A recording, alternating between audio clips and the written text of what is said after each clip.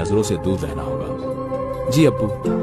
अब मैं सोच रहा था कि कैसे मैं उस गुफा तक पहुंच पाऊंगा, लेकिन मुझे अपने सारे कदम फूंक फूंक कर रखने होंगे, क्योंकि मैं शाजिया की कुव्वतों से वाकिफ था और अब मुझे अपने साथ साथ अपनी बेगम और बेटे को भी शाजिया के कहर से बचाना था। मेरी रूह अब आजाद थी, लेकिन खतरा अभी भी मेरे सर पे मंडरा रहा था। अगले कुछ दिनों तक मैं घर में ही बंद रहा।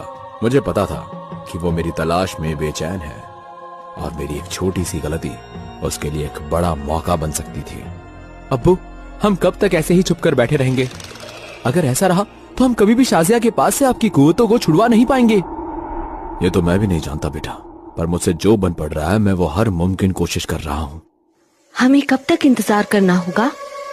हमें कुछ दिन और रुकना होगा। शाजिया बड़ी शातिर है, वो कुछ ना कुछ जरूर करेगी उस गुफा को मेरी नजर से छुपाने के लिए। मुझे कोई तो रास्ता सोचना होगा जिससे मैं जल्दी ही उस गुफा तक पहुंच सकूं। बेटा, एक काम करोगे? जी अब्बू। तुम्हें मेरे साथ मेरी पुरानी हवेली में चलना है। वहां से हमें एक बहुत ही जरूरी किताब लानी है।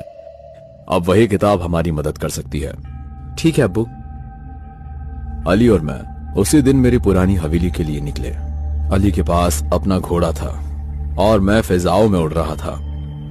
पूरा दिन सफर करने के बाद लगभग शाम के 7:30 बजे हम उस हवेली तक पहुंच गए। मुझे उस हमजाद का ख्याल आया। अगर हमजाद यहाँ होता तो पलक झपकते ही हमें वहां ले आता। अब्बा हुजूर, हम पहुंच तो गए, पर ये हवेली नहीं, कोई खंडर मालूम होता है। एक वक्त था बेटा जब इस हवेली से रईसियत छलकती थी। अब मेरे नहीं होने पर इसका ये हाल हो गया है। आपको जब अपनी कुव्वतें वापस मिल जाएंगी तो आप इस हवेली को वापस संवार देना।